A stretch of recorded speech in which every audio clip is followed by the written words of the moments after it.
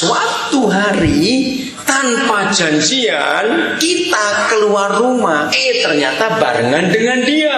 Wah, ini kesempatan.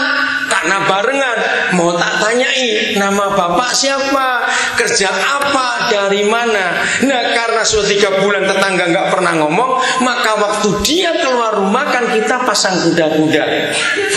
Bukan pasang kuda-kuda ngajak perang, enggak, pasang senyum. Maksudnya supaya kamu lihat saya. Kalau nanti senyum, saya akan tanya. Kita sudah pasang senyum dari tadi, kok nggak noleh-noleh tetangga ini. Begitu noleh, babi kamu. Ayo saya tanya kepada saudara, firman ini berkuasa nggak? Babi kamu, berkuasa nggak firman ini? Gimana berkuasanya? Ayo cepetan. Ini bisa urusan polisi loh saudara. Betul nggak? Coba itu.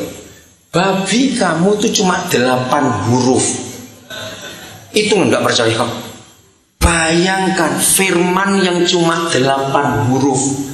Itu bisa berbulan-bulan gak habis dibicarakan. Jawaban ya atau tidak? Nah, kalau Tuhan ngomong berjuta-juta huruf, paling gelege entok.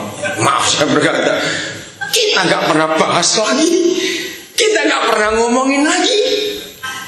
Bahkan maaf, saya cuma tanya, ayo ngaku minggu lalu khotbahnya apa ya? Awas garuk-garuk, awas jawab. Baru seminggu kita bisa lupa apa firman Tuhan minggu yang lalu. Ngerti nggak contoh-contoh ini saudara? Ternyata kita tidak bisa dikatakan orang yang mengasihi Tuhan Yesus. Karena prinsipnya cuma pegang perintahnya dan lakukan. Bagaimana memegang apalagi melakukan, lali kabeh. Lupa begitu bagaimana mau melakukan. Maka itu mari kita rendah hati di hadapan Bapa di surga. Rajin ke gereja, aktif pelayanan belum menjamin kita mengasihi Yesus. Karena ketika kita dihadapkan pada satu masalah, kita bagaimana? Reaksi kita bagaimana? Nampak nggak firman itu? Bagaimana firman itu bekerja dalam diri kita, dalam hidup kita? Saya lanjutkan. Masih ayat 21. Dan bagaimana kalimat berikut? Dan apa? Barang siapa yang bagaimana mengasihi Yesus, ini bagus sekali. Ia akan dikasih oleh siapa? Bapakku. Dan siapa lagi? Aku pun siapa di sini? Yesus akan mengasihi dia. Stop dulu sampai di sini. Kalau di ayat yang ke-20 ada 3 barikade.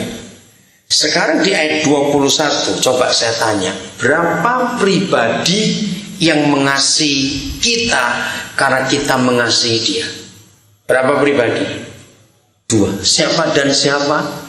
Bapa dan Yesus. Maka itu kalau ada orang Kristen hobinya kesepian, di tengah orang rame kok bilang sepi, kok maaf saya ngomong, lu di tengah keramaian kok bilang sepi, aku kesepian, aku lonely. Itu apa-apaan itu orang Kristen? Kalau Bapa dan Yesus yang mengasihi orang yang mengasihi dia, mau sepi apa? Betul? Yang masih jomblo-jomblo juga bertobat bilang sepi. Katakan apa? Ada Bapa dan Yesus yang mengasihi kita semuanya. Mau sepi apa lagi dalam hidup ini? Bapa saja mengasihi kita, itu sudah lebih dari cukup. Apalagi Tuhan Yesus mengasihi kita. Ini luar biasa. Maka itu orang Kristen, jujur, bagaimana kondisi hati saudara sekarang ini di hadapan Tuhan? Semua karena ada gangguan pada kejiwaan kita. Bukan gila loh saya berkata itu, maaf saya tersinggung. Karena ada gangguan pada kejiwaan kita. Gangguannya apa? Karena ada suara-suara si iblis yang kita dengarkan, lalu kita pegang, lalu kita lakukan apa yang disuruh kita lakukan itu. Orang yang gak bisa tidur, penyebabnya sama. Ada suara-suara yang dia percayai, bukan suara sumber damai sejahtera itu tadi.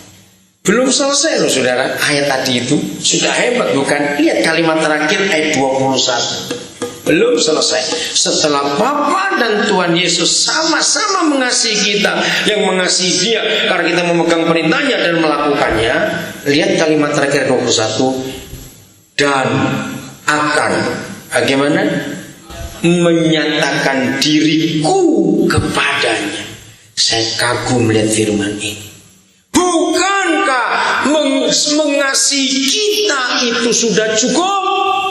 Ternyata belum. Yesus masih akan datang menyatakan diri. Dalam bahasa Inggris, reveal myself, menunjukkan ini loh aku. Hebat sekali. Hai orang Kristen, siapa Yesus bagi setiap kita setelah kita baca ayat ini? Jawab pertanyaan dalam hati masing-masing. Setelah kita tahu ayat-ayat ini, siapa Yesus buat saudara? Kalau buat saya sudah yakin, mantap, saya nggak mau terganggu dengan apapun juga. Yesus dan Bapa itu dahsyat sekali. Ayat 23, ini lebih dahsyat lagi. Jawab Yesus, jika seorang mengasihi aku. Apa ciri-cirinya? Orang itu bagaimana?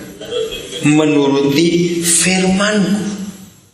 Lagi sekali, kalau firman tetangga bisa kita turuti, firman mertua kita bisa pegang, firman setan kita bisa percayai, dan firman-firman yang lain yang bukan firman Tuhan, kenapa kita bisa?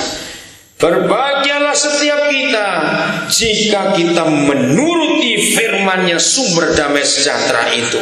Pasti kita semua akan kelimpahan damai sejahtera itu juga. Karena kita menuruti. Orang sakit hati, pernah gak saudara mencoba menulis dengan sebuah kalimat, mengapa ada orang bisa sakit hati? Atau kalau saya pakai kalimatnya supaya gampang, karena kita harus pakai contoh-contoh.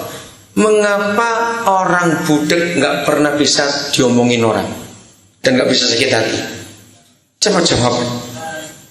Karena tidak mendengar.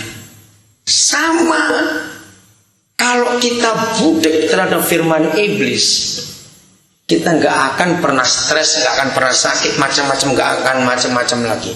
Betul tidak? Masalahnya kita terlalu sensitif dengan firman-firman yang lain itu tadi. Maka itu kenapa orang yang tuli nggak bisa tersinggung? Karena dia nggak dengar. Kalau kita bisa mendengar yang salah, kita pasti akan terpengaruh. Tapi puji Tuhan, kalau kita menuruti firman Tuhan. Dan apa hasilnya? Kalimat berikut. Dan siapa? Ayo baca. Bapakku akan bagaimana mengasihi dia. Stop. Diulangi lagi. Bapa mengasihi dia. Saudara, kalimat berikut inilah satu-satunya ayat dalam seluruh Alkitab di mana Bapa, Yesus dan Roh Kudus datang barengan. Dan ada kata apa? Kami, garis bawah. Siapa kami di situ? Bapa, Yesus dan Roh Kudus. Dan kami akan bagaimana? Ayo baca, akan bagaimana? Datang kepada siapa tadi? Ayo ya, yang apa cirinya? Yang menuruti firman-Nya. Kami akan datang kepada orang itu. Dan gak cuma datang. Saya bersyukur ada firman yang hebat ini. Dan akan apa? Diam, pindah dari surga ke tempat kita tinggal, dan diam bersama-sama dengan orang yang mengasihi Yesus karena menuruti firman.